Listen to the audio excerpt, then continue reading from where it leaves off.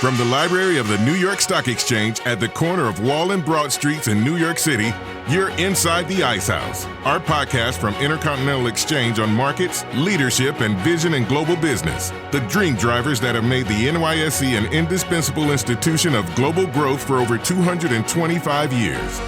Each week, we feature stories of those who hatch plans, create jobs, and harness the engine of capitalism. Right here, right now at the NYSE and at ICE's exchanges and clearinghouses around the world. And now welcome inside the Ice House. Here's your host, Josh King of Intercontinental Exchange. We once had an ironclad rule here inside the Ice House.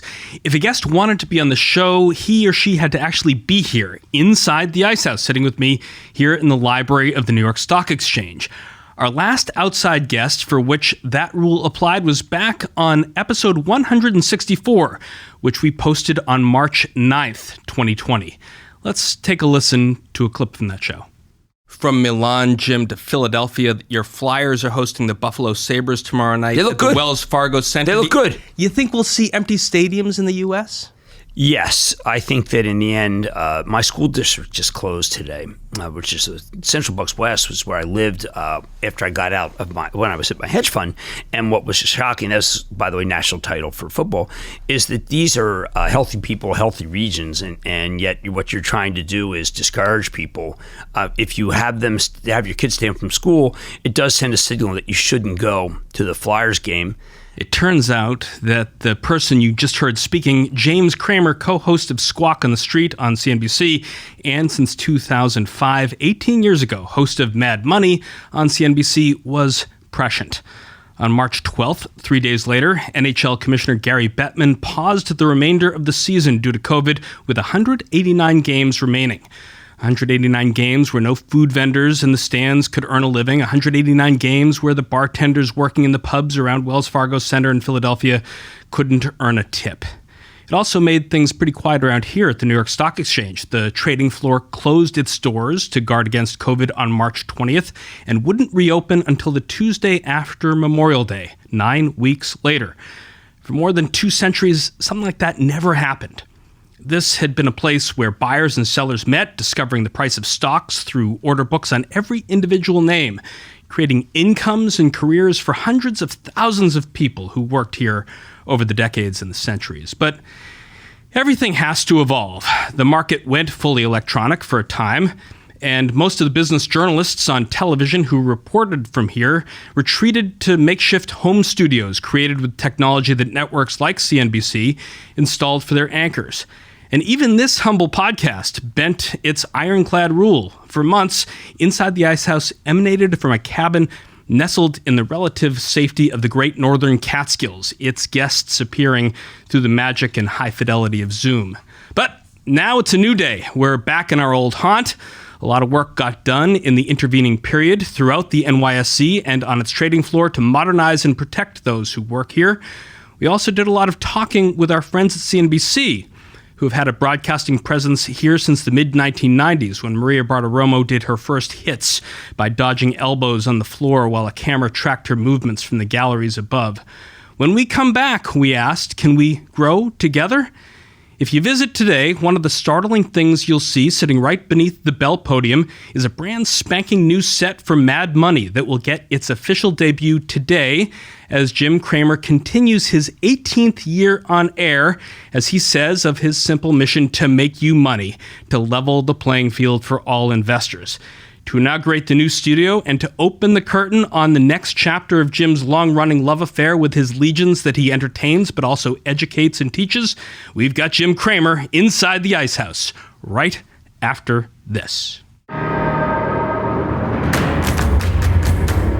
Connecting the opportunity is just part of the hustle. Opportunity is using data to create a competitive advantage.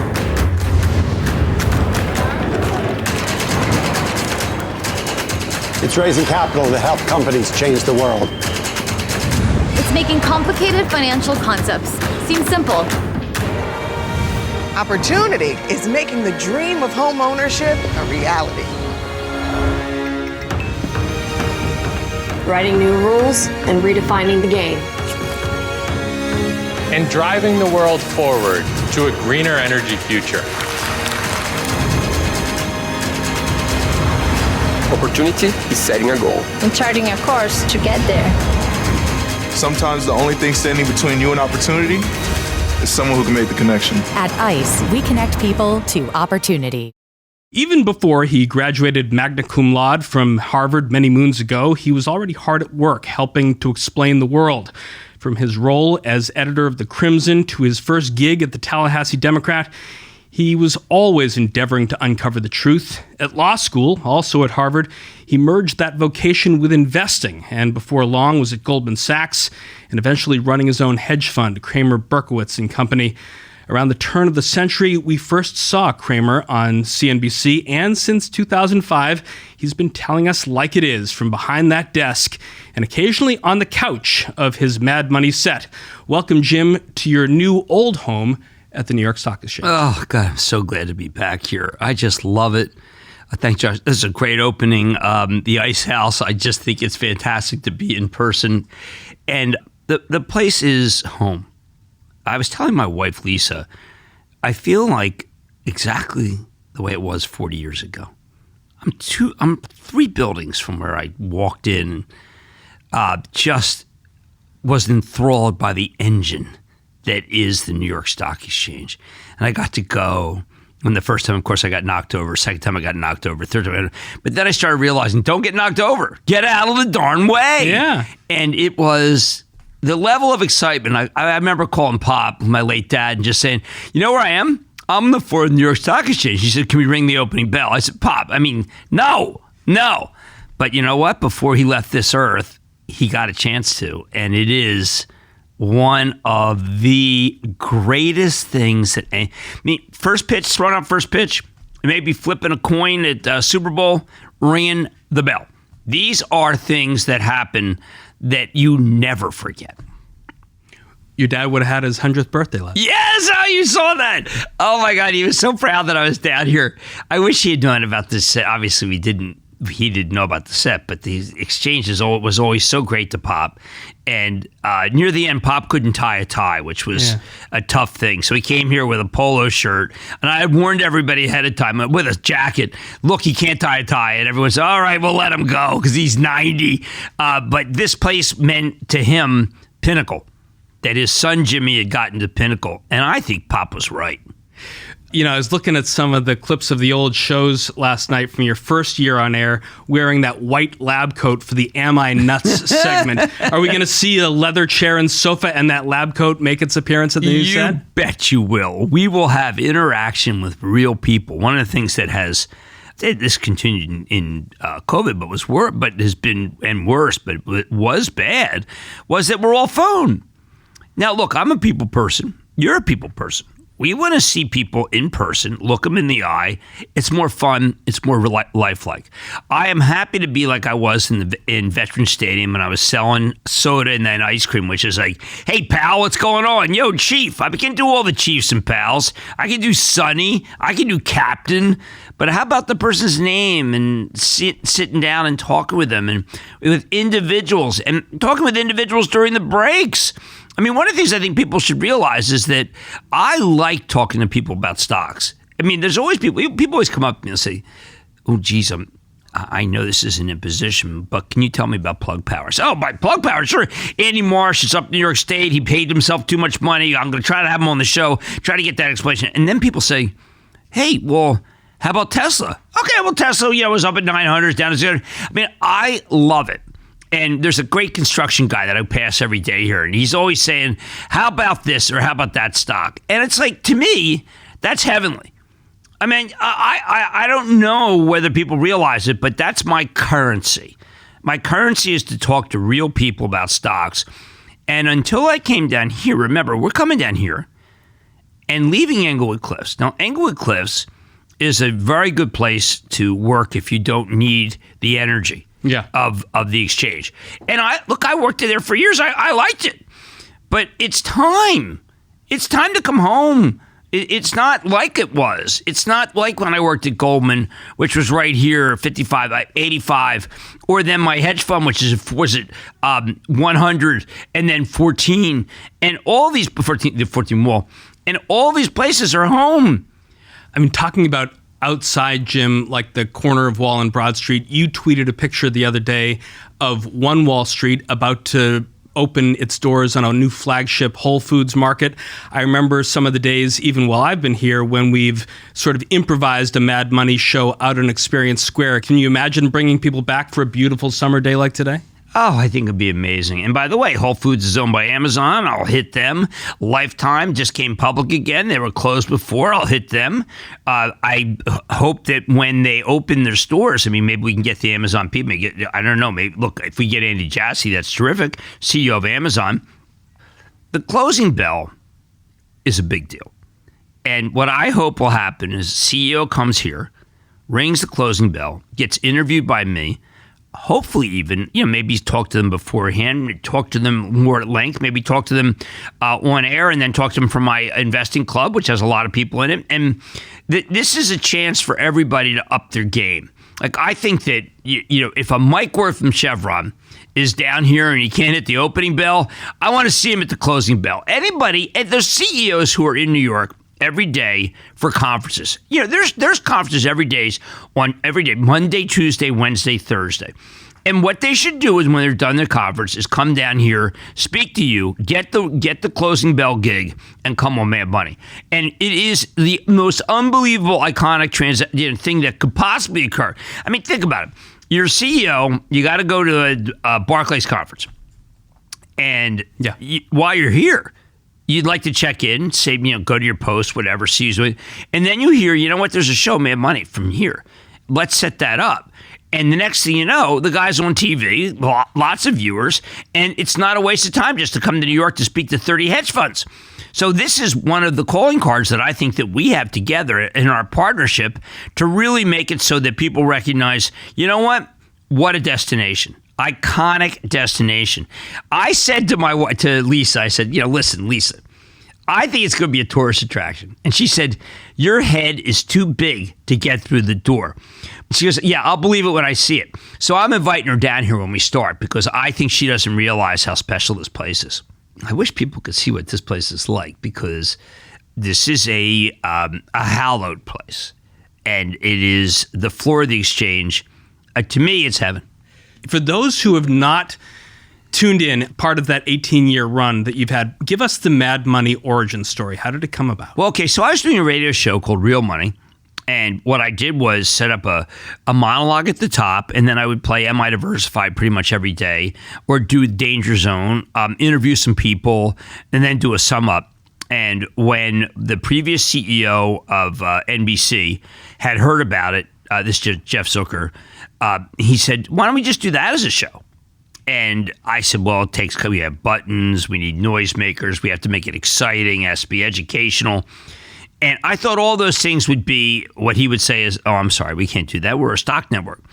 Instead, what he said is, oh, so you want to talk to the everyman? And I said, first off, every person. And I said, yes. And he said, but what's that like?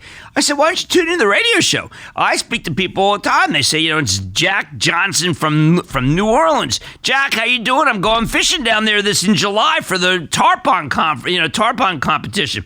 And it's the way people talk. Yeah. And what I was trying to do, and what I'm trying to do now, is to demystify.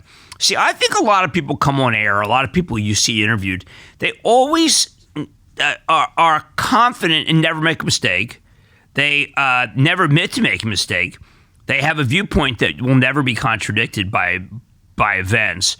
And I'm the opposite. I'm like, wow, I cannot believe I said to buy the oils yesterday. Oil's down $6. What was I thinking? Well, I'm saying it because what I need people to do is to recognize that if they're going to do stocks, you're not going to be 100%. Nobody's 100%. And I don't want them to be discouraged. Now, there are a lot of people who said, Jim, you're encouraging trading. Those are people who never watched the show. Because the show is about, okay, look, I don't care that Chevron went from from 90, where we said buy it, to 170 and back to 140. We think that there's a great long-term opportunity with Chevron. What we're really trying to do is a minimum of 6 to 9 months when we talk about something. That's our range. And people who say it's a trading show are people who just say, well, you know what, he was a hedge fund manager, so it's trading. And I've given up that hedge fund and put it in my past. That's not what I do. We did that 15-year anniversary opening bell the last time you and I sat down to do the podcast. How did you pivot? Because it was just a couple days later to going from being in Englewood Cliffs to having to improvise, and yet you were also one of the first people from CNBC back into Englewood Cliffs. I mean, you were there when no one was in the building. Right, I wasn't the only guy there. Well, I of course I play at the behest of the network, which is incredibly good to me. But I didn't take any vacation during COVID because I just said, you know what? And again, this is always the contrast in my head is: am I full of myself that the people want to hear me, or do they want to hear me and I'm letting them down? And I think that the letting them down is the course that I take, and I'm not going to let people down. If they're worried, if they're nervous, if they think that this is a tough time, then where's Cramer? And is Cramer hiding? I mean, there's a CEO this morning who wants me to interview him, and it happens to be a day I have off, and I don't have a lot of days off. Yeah. And I said no, and I know by the end of the day I'm going to call him and say yes. It's just because I don't like letting anybody down. That's one of the, that's actually a problem in my life, that I don't like to let everybody down. But I've been given a skill set and given an opportunity by the network and now by the ICE House to really change things, to get it so that people say, you know what? Even though stocks have been tough, I think that this is pretty interesting. I put the show on. This guy's right on the floor of the exchange. He's explaining people to me. And what will happen is this: after 17 years, into my 18th year, you'll dial around, and what you'll see is something that is spectacular, dazzling. It is the best looking set. I mean, I'm amazed. I went and thanked everybody last night for what they put together. And it's been, it's a labor of love for many people, but I got to thank them because, oh my, is it gorgeous. I mean, you should have heard some of the conversations that we had with people like Steve Fastook, Mark Miller, and others at CNBC when we really want to build the new Mad Money set. If you're going to have a lighting truss, it can't be the off-the-rack black metal lighting truss. We got to, painted gold to fit with the rest of the superstructure of the place. No detail was spared. I think that the care with which this set is designed is something I was describing. I said, there's nothing on the network.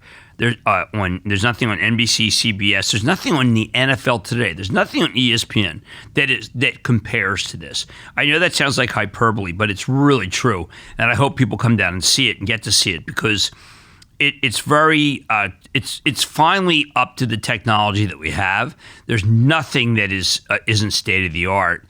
I just think that it's something, if you dial around, you'll say, whoa, what's that? I got to watch that. And that's how new people come to the show. But it's also going to play to your unique physicality, too, because you do your morning show sitting with Carl and David on the set. But Mad Money, you were on your feet, your sleeves are rolled up. The cameras are steady cameras. They're moving around fast. And this place lends itself to you not sitting still. You're actually at a brand new desk. You can tell me about its new features that we're going to roll out so you can still do what we know you do in Englewood Cliffs, but you have a lot more elbow room to move around. Well, look, I got a lot of ideas. So as growing up, I love Johnny Carson. I'm now thinking, listen, we got to put a desk down and we got to have some chairs. And when you've been doing it one way for 17 years and you got a chance to be unleashed as I will be here, holy cow, I can't wait. I mean, I remember the interview that you did with Speaker Pelosi up in the gallery. Oh, that was fantastic. You can come up to the 1792 restaurant. You can do a lunch shot with Cramer. I mean, the possibilities in this building and this neighborhood are endless. Yeah, we did stuff with Mike Worth of Chevron upstairs. I got to meet the board of Pioneer, PXD, upstairs, because that's where they hold their meetings, which is fantastic. There are many CEOs. We've done, the previous CEO of Boeing, we did upstairs. I think that all the different venues here are incredible. And when they put the lights on for Mad Money and the turrets, it's just like going to Steph Curry in Golden State Warriors. So what was the reckoning that you and Lisa and your family must have had somewhere in the middle of COVID to say, I've got at least another chapter of Mad Money in me, but I also have had the other type of Cramer interest that I've had. Let's all consolidate it at CNBC. Let's create the Investor Club. What's the Investor Club? Okay, the Investing Club is something, all right, now, candidly, that started with TheStreet.com, a company that I started in 1995. And what it was a way to be able to demonstrate open-handedly with everybody being able to buy stocks before I can, or I would freeze it if I had been mentioned on radio or TV. It's a way to be able to demonstrate the way a portfolio works. And what we did was we put $3 million in it. We've given away we gave away $500,000 last year. We've given away more than we put in now. When you start a company like The Street, it's very difficult for you to just be able to say, okay, I'm leaving now. I'm going over to CNBC. But we had a takeover, and one that I voted against. It was kind of, I started the company and I lost the company. But everything worked out okay because I got to go to CNBC with no hard feelings. I mean, what am I going to do? I don't have any. Look, I had allegiance to stay for a little bit, but the fact is that I wanted to be at CNBC with everything. It became really difficult as I got older to do a full-time job at The Street and full-time job at CNBC. I'd rather just do a full-time job at CNBC. I like the people at The Street very much, and I always will. But this is where I can do the most impactful journalism. I have such nice people who are subscribers, and I love the interplay. Again, it comes back to something that I wish that other people would do. I like to talk to regular people. I mean, I was at the coffee cart today, and there was a contractor, a guy with an orange shirt who's working on one wall. He goes, listen, it's just too painful. What do I do? And I think that he expected me to shrug my shoulders. But instead I said, I don't know, what are you thinking? And he goes, well, I don't know, I'm kind of losing some money. I said, what kind of stocks you doing? And he said, well, I'm banning this, it was some Yahoo NASDAQ thing. And so I said, hey, you know what? The index funds for you. You got to swing a sledgehammer. You're working all day. You can't follow it. Index funds. He goes, I want to buy individual stocks. I said, okay, look, if you're going to do that, you're going to have to learn how to do it. You're going to have to watch the show. He goes, I watch the show. Okay, I said, then we'll teach. And I said, you see me on the street, give me a stock, and I'll talk about it tonight. So that was this morning. I know I'll see the guy. He's a real tall guy. He's like 6'5". And when I see him, he always smiles and says, booyah. And I'm thinking to myself, you know what? When I see him, I'm going to say, all right, you said you're going to come up with something. What am I talking about tonight on TV? And as long as he doesn't say some penny stock, he'll get his wish. I'll talk about his stock. Let's talk about a couple of issues that you talk about in the morning and in the evening, and I know you deal with on social media a little bit. A lot has changed since the start of the pandemic. We had Bill de Blasio as mayor before it. Now we have Eric Adams. He visited with you and Carl and David on Post 9 in late February. You cut right to the chase of what threatens our city, crime. I want to hear a little bit of what you said and a little bit of how he responded. I want to follow up on your anti-crime stance, which is well known. There's a Walgreens down the block, Dwayne Reed, and they put up chocolate in the morning, and they expect it to be stolen midday. Another one of my stores that I like to go to has changed hours. Why? Because of theft. I know that you're going to clamp down on this. How do you do it? Well, and what you said is so important. They expect for someone to steal it. That's what has happened in the city. We've eroded our expectation to be safe, to be able to have a business. That erosion must stop. And we were there before during the mid-'80s when I was a rookie cop. And I'm saying you're not walking into my stores, stealing what you want, selling it on the sidewalk, right in front of the store. You're not going to have homelessness in our subway system. We have to stop the normality of a city of being dysfunctional. Normality. So, Jim, 6 months in, what's your report card on Mayor Adams in the city? I like Mayor Adams. I think he's made the police feel a little more emboldened. I think that they are a little tougher. And I think that they've made it so that the person who works behind the counter at Walgreens is going to be backed up. Now, this is backed up by the police. Now, this is still in its infancy. Yesterday, Howard Schultz from Starbucks closed a bunch of Starbucks because they couldn't handle unruly people, including one in New York. But we need to have a level of interplay with the government where you think you are going to get prosecuted if you steal something. I mean, right now it's got to be over 1,000. It doesn't have to be punitive. I had someone who stole $1,000 from me. The security guard stole my wallet, and the police came, and I said to the policeman, you know what? This guy, he's probably going to lose his job. He's probably got a family.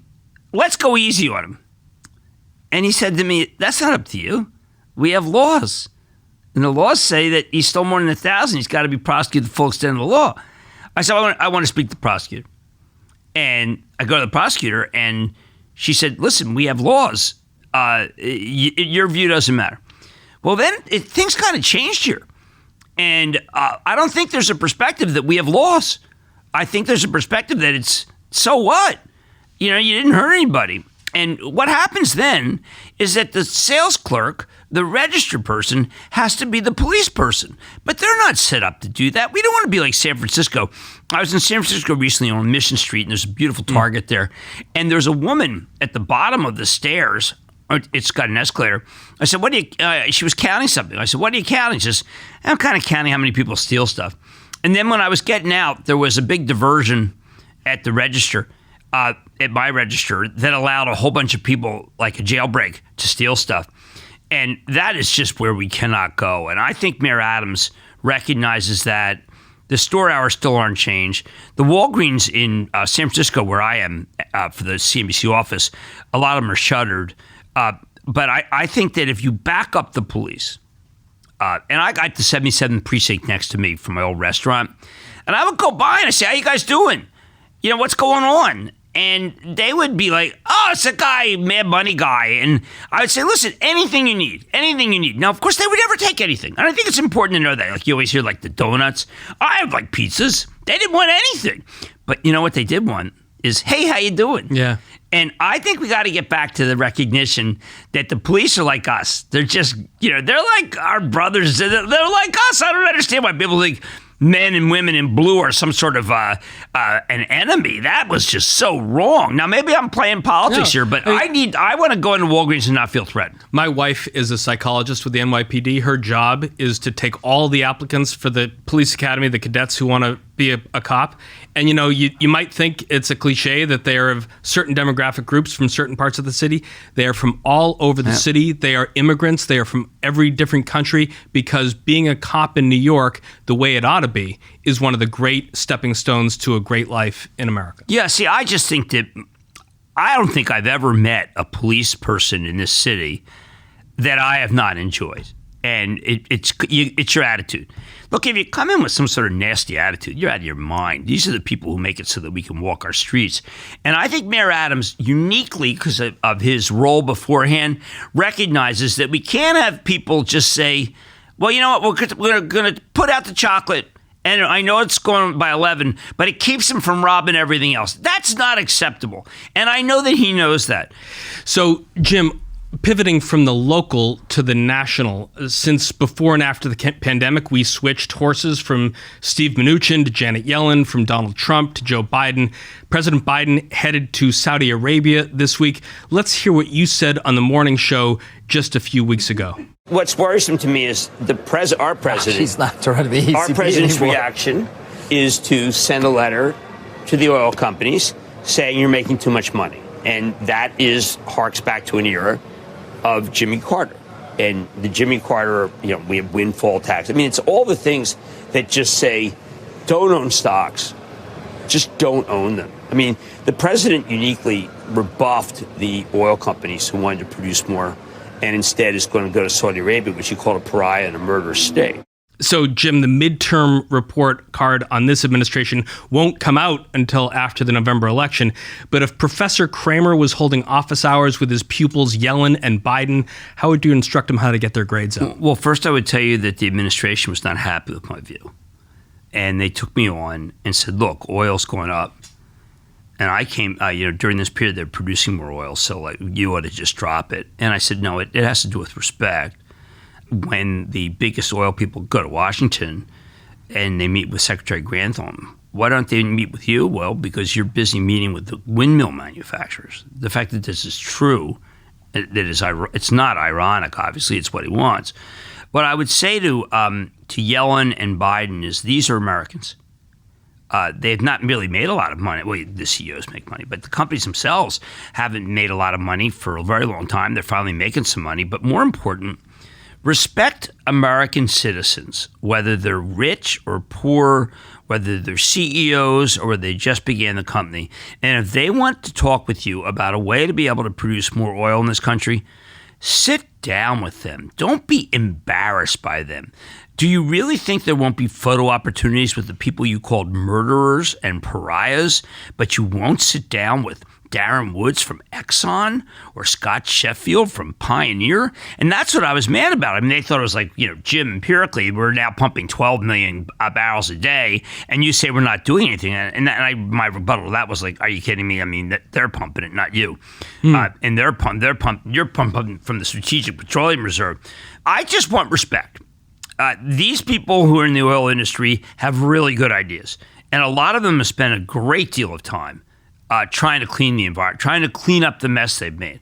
And they deserve it. They deserve something good. And, I think we're way too cynical in this world.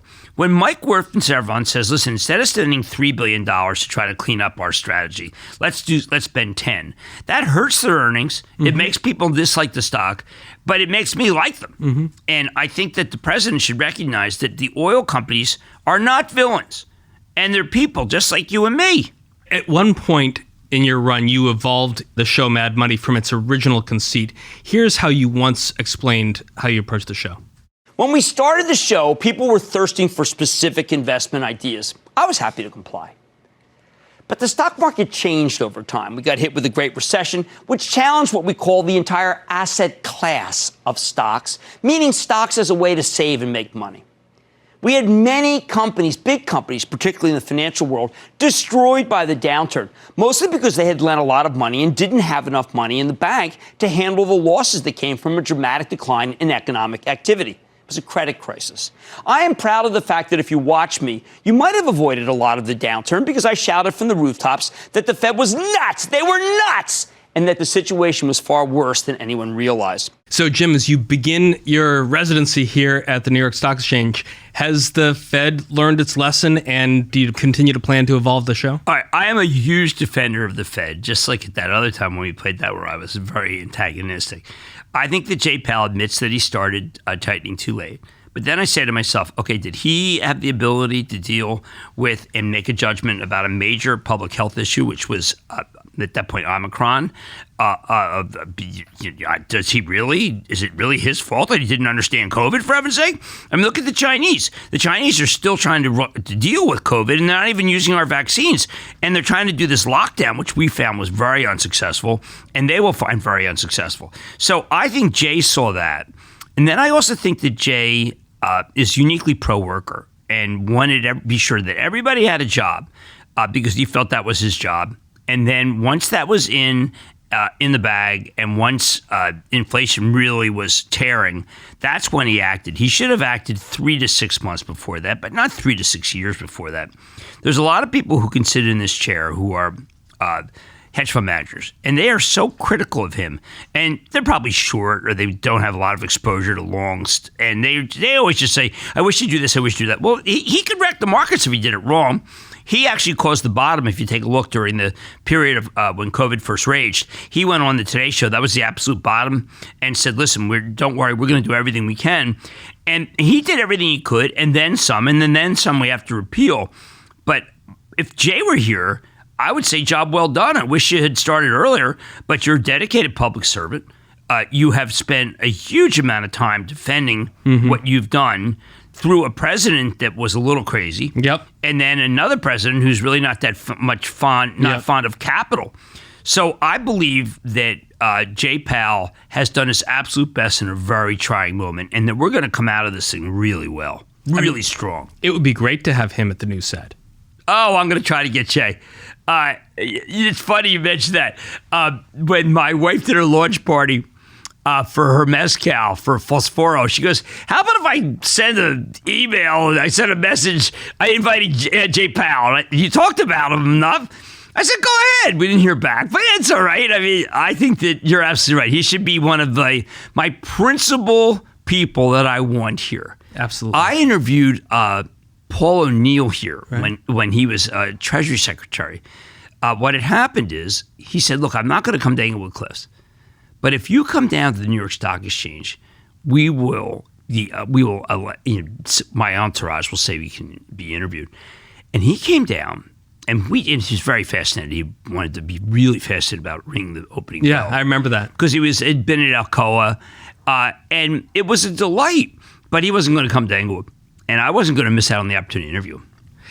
Talking about Englewood and Lower Manhattan, I mean, those who've watched your show since the inception have seen that set evolve. They've come to regard the totems, like the picture of you and your dad at an Eagles game, as part of the terrarium of your life, as you've called it, keeping them company every night from 6 o'clock to 7. So I'm thinking, like when they imploded the Vet back in 2004 to make way for the Link, what stays behind and what comes to the new home? All right. By the way, for the when they blew up the Vet, I got cufflinks made up of the chairs. You know, they made the chairs and they put them in the cufflink. We're waffling on what to take over. I feel like that I used to have a lot of pictures of me looking like Lenin. I think those can stay home. Yeah. I like all the bulls from the different colleges we went to. I think that those would be great to have. I like the buzzers, and we've got the whole soundboard, and it's really good. I also would like, of course, to have some Eagles things. I hope we have room for my father's chair that Jeff Lurie, who's the owner of the Eagles, gave to me the week after Pop died. And that would be a tremendous thing to keep that. At the same time, I recognize that the space is limited and the space is gorgeous, and I don't want to junk it up. It's too special. Did you exert a lot of sort of your design sensibility on it? All right, now that's an interesting question, because this is where, if my mother were alive, she would say, Jimmy, why did you not get more involved? And I'd say, Mom, everybody's been so great and everyone's worked so hard. They are doing such a great job for me. I don't have to do it. And then she would say, as long as you thank them, we're okay with that. But she would, when she saw that someone was knocking themselves out for me, she would back down and say, listen, don't get involved. Let the pros handle it. Especially because, by the way, lighting, sound, these are things that I don't really understand. But you've got people here who I think could work at the greatest movie or do the greatest sound system at a Broadway show and find this situation a challenge and meet the challenge. And that's what they've done. I mean, these are a very challenging set of circumstances, and I see the pros at work, and I stay back. I can see someone saying to me, let's say I said, you know what, that lighting over here, I'm not sure. And the guy immediately saying, hey, did I say anything about buying IBM at 140? I said, okay, you're right. How is this actually going to change your life, the sheer time saving from having to travel up the West Side Highway, over the GW Bridge, up the Palisades to England? 3.5 hours. I've timed it. I'm going to have 3.5 hours back that I'm not. Now, look, I have Wi-Fi. I can write to, but 3.5 hours where I'm sitting in a car and just boiling because the traffic. I mean, yesterday we were trying to cross over the GW, and there was a tie-up, and there was an accident. And I knew. I said, I'm done. I called my team and I said, listen, I get a sandwich, like the sandwich, 11 o'clock. I said, look, you don't have to get the sandwich till 1. Don't rush the sandwich. Don't rush the fruit bowl. Because it's insane. And it's probably because you can't control traffic. The single thing that's out of my control that bothers me the most in life. I know that traffic shouldn't bother you. There's real issues. And I don't mean to minimize anything. I'm just saying that if you, for 22 years, have gotten in the car to go downtown, uptown, and Englewood and the GW, you have come to learn that you can't tell anyone what time you're going to be there. 3.5 times 5 times 52 is a lot of hours. It's a lot of hours. My wife is so happy. Oh, my God. She's so happy. You know, she was talking to me the other day. She goes, look, this is so great. I can have you right around the corner. I said, well, how about one wall? Should we buy an apartment one wall? She says, no, I'm not going to let you. They're toured. They're beautiful. My wife won't let me look at them because she says, look, we're not going to satisfy you to that point. We can't. We're just not going to have it so you can roll over and I have to lose my office because we have a place in Brooklyn. And I keep telling her, let's just go see. There's a Lifetime. There's a Whole Foods. But she's not giving me the high sign yet. So Novak Djokovic at age 35 won his 22nd major on Sunday at Wimbledon. Tiger Woods at 46 is going for his 16th major at St. Andrews this weekend. Tom Brady at age 44 going for his 8th Lombardi Trophy when the Bucs open training camp in 2 weeks in Tampa. There seems to be no expiration date on our sports legends. Is there one for our legends of financial journalism? All right, so today I got up at 6:30 for my work. I mean, 3:30 for my workout, 3:30 to 6:30. Okay, boom. Got to get that job done. And I was talking to my trainer, and I said, who's been with me for 22 years. I was telling him about the stock exchange, and I'm moving. And he said, this one action, which takes you out of that car for 3.5 hours, should buy another 10 years. We get another 10 years.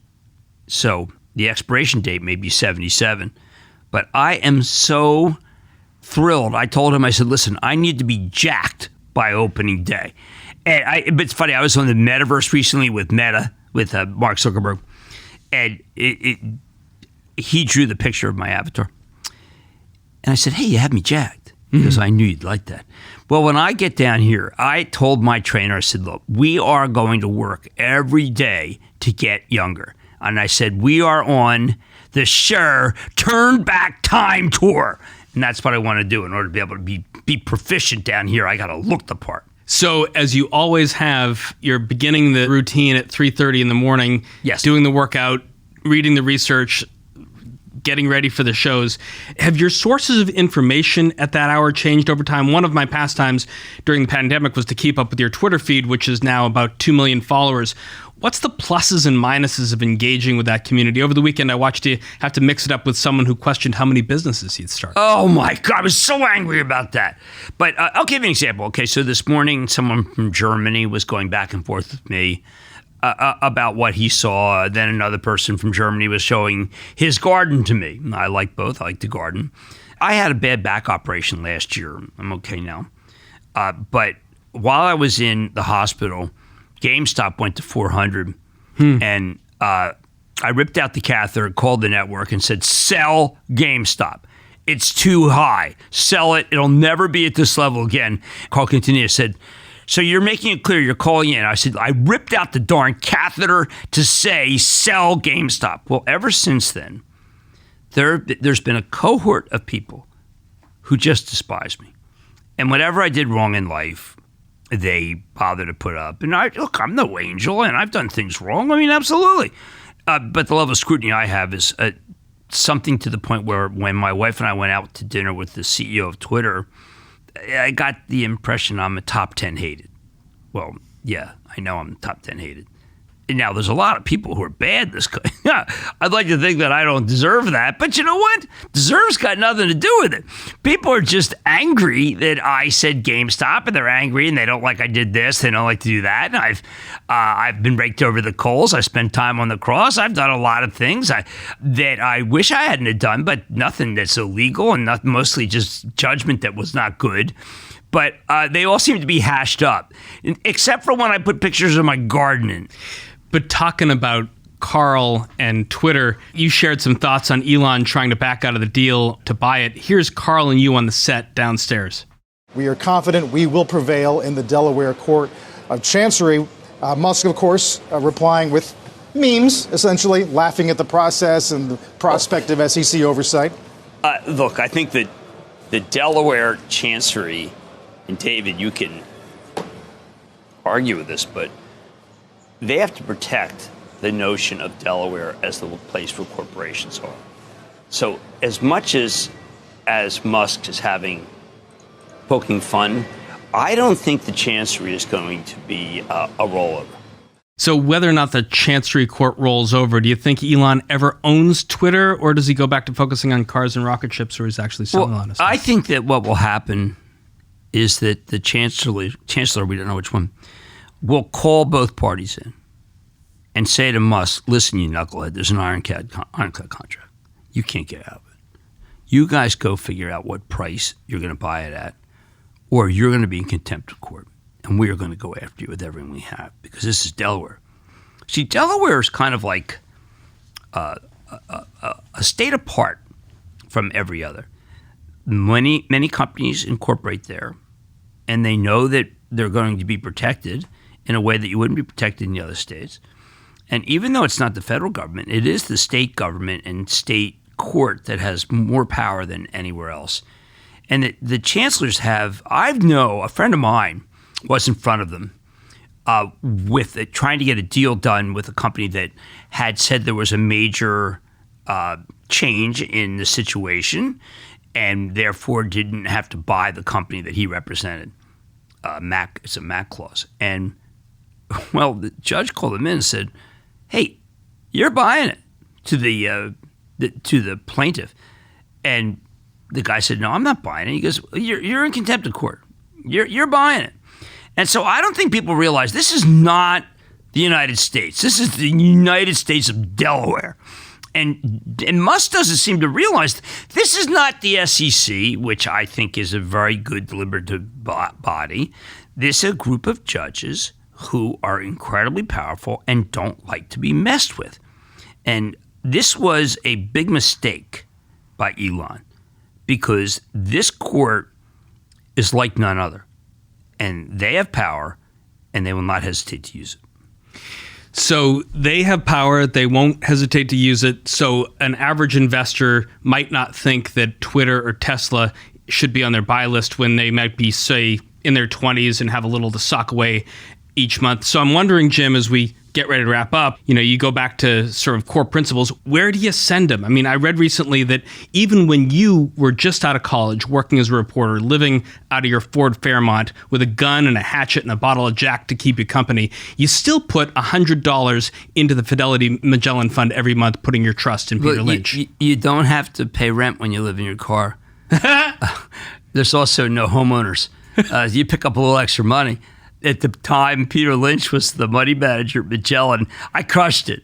I still got it running, and I still haven't taken a dime out of it, and it's my best asset because I put that money away. Now, people laugh. They'll say, well, $100, what could that ever amount to? I'll show you what it can amount to. I'll show you what stocks can do. It's insane, the amount of money that I was able to make simply because I took money that would have gone to be homeowners insurance and I sent it to Magellan. And my message for people is there is no amount of money, no matter how small, that they shouldn't save. They can own an index fund.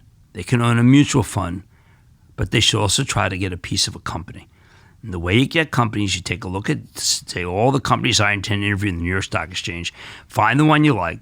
I think that there should be a mix between index and individual companies. If you can't do the homework, watch the show, join the club. We will help you get there. But never, ever say that you do not have the money to save, given the fact that I saved so much when I lived in my car.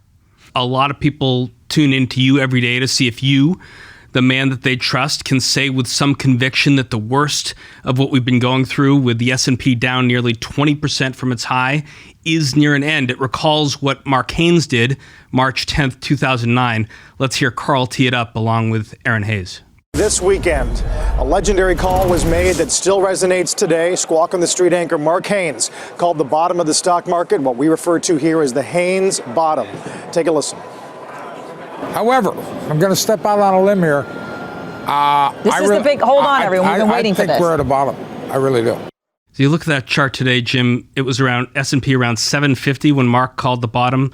Nothing but up through New Year's this year, peaking around 4,800 January 3rd. Last night on the show, you used Larry Williams' technical analysis of the corporate hedgers stepping up their long positions. Are you trying to telegraph it without saying it? Will we ever see Cramer actually call the bottom from the new set at Mad Money? Well, that's a great question. That I can never be as great as my late friend Mark Haynes.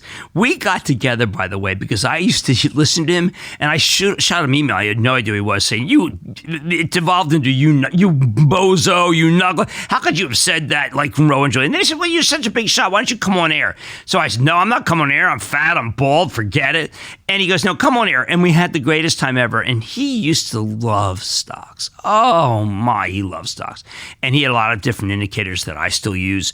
And he would tell me that, Jim, we do not have the crescendo yet.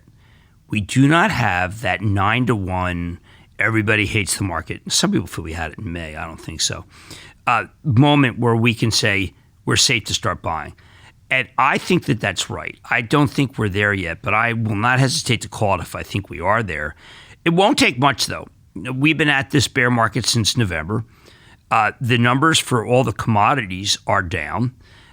The wage numbers are not down yet. The housing numbers are not down yet, but I think that's about to happen. The car numbers are not down yet. I think that's about to happen. Powell is much further along in his tightening cycle than anybody realizes. I think he puts through 3 quarters, and it's that roundhouse punch that we need so that a new bull market can start. The one thing I would say, and this is apropos of going back and forth with Larry Williams, who's older than I am, who actually a great market historian, saying that if you take a look at the stocks they're selling 5, 6, 7 times earnings, they bottomed. They bottomed a while ago, and that is true. So I've tried to position my Chapel Trust towards some of those. I own some of the oils. I do own some techs that I've owned for a decade. And you could say, Jim, why didn't you sell all the NVIDIA? Why didn't you sell all the AMD?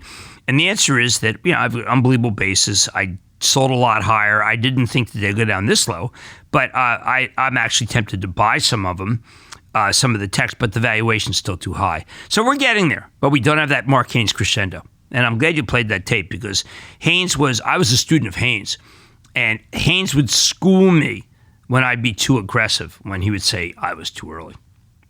Well, you may have been too early, Jim, but as they used to say in the old Virginia Slims campaign, you come a long way, baby. Thank you. We dug up an old episode of Frontline from 1997. Oh, no! This is how you sounded from the bullpen of your old hedge fund. Oh! It's the most objective industry in the world. If your numbers stink, you're out. If your numbers are good, you get more money. It's the most Darwinian. It's beautiful. It's brutal. It works. All right, guys, let's roll. Buy 5 HMTT at an 8. See what happens. It's against puts. We're fine. I want to see if you can even buy it. Colgate opens up an 8th. IBM August 95 calls. I want an offering on 1,000. I want an offering on 1,000. I want an offering on 1,000. You want 10 more of each? Yes, double down, double down. I want 1,000.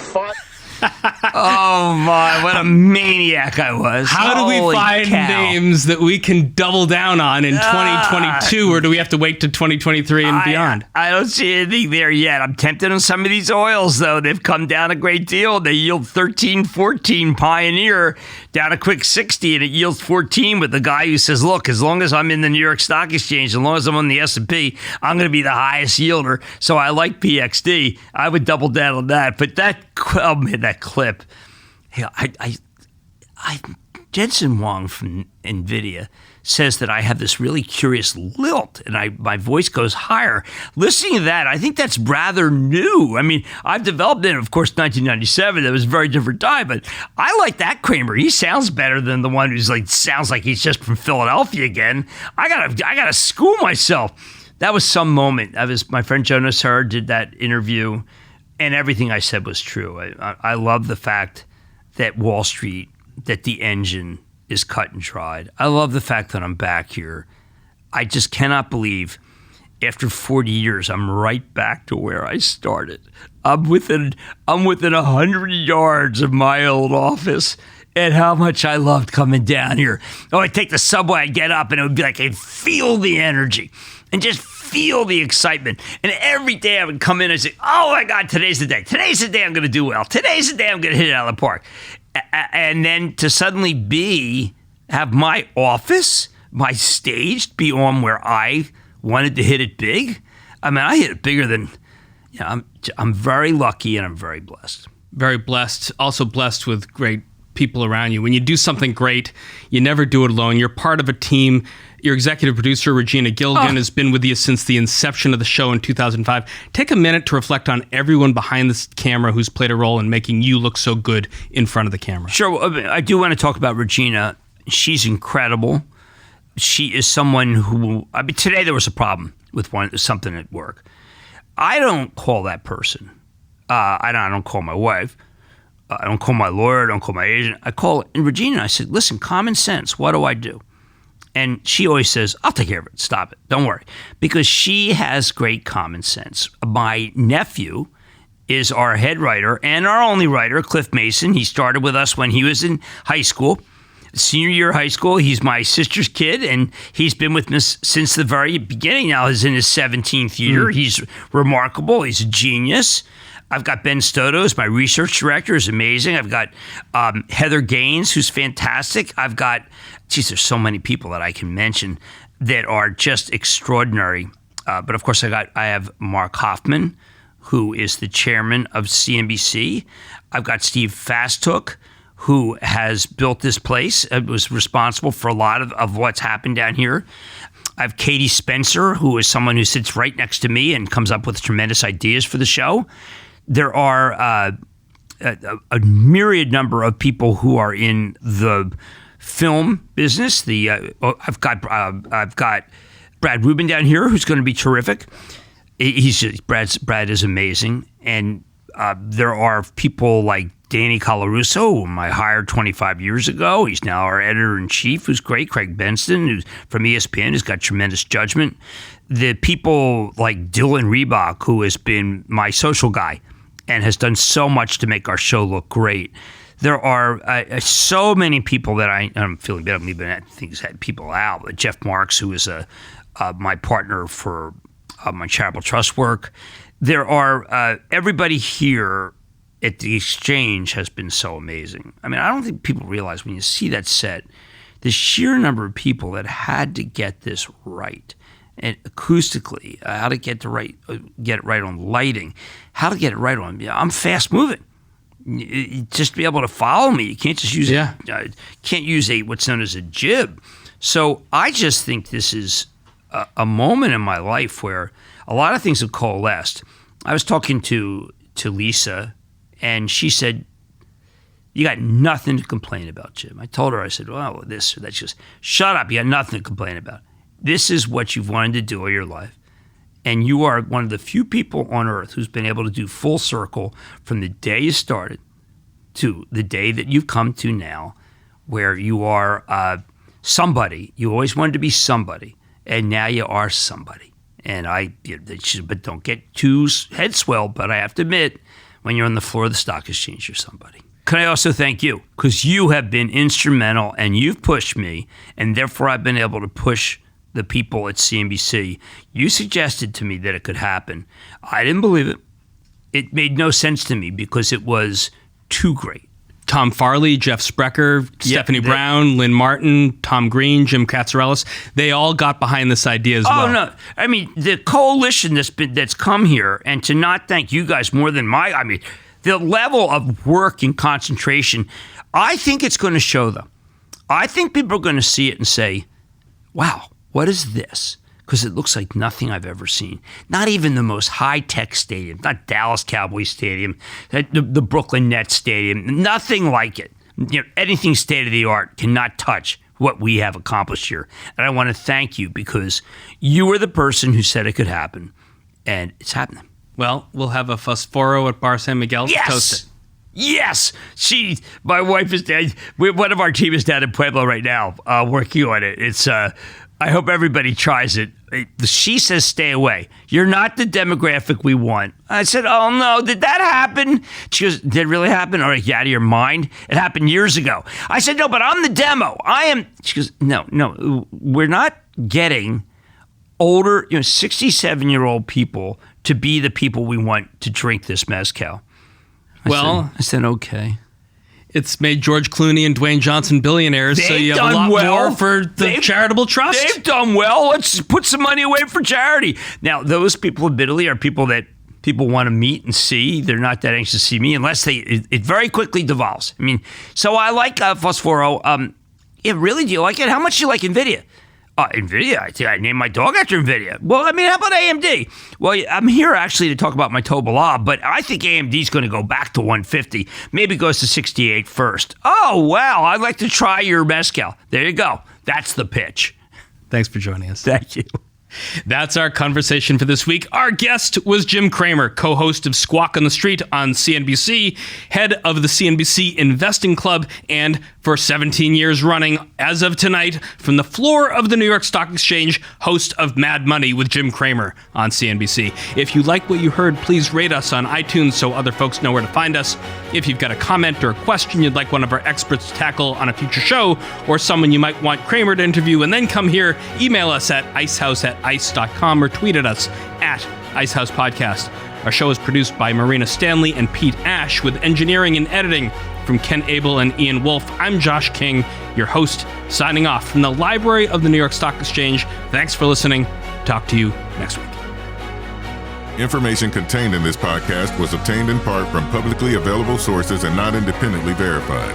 Neither ICE nor its affiliates make any representations or warranties, express or implied, as to the accuracy or completeness of the information, and do not sponsor, approve, or endorse any of the content herein, all of which is presented solely for informational and educational purposes. Nothing herein constitutes an offer to sell, a solicitation of an offer to buy any security, or a recommendation of any security or trading practice. Some portions of the preceding conversation may have been edited for the purpose of length or clarity.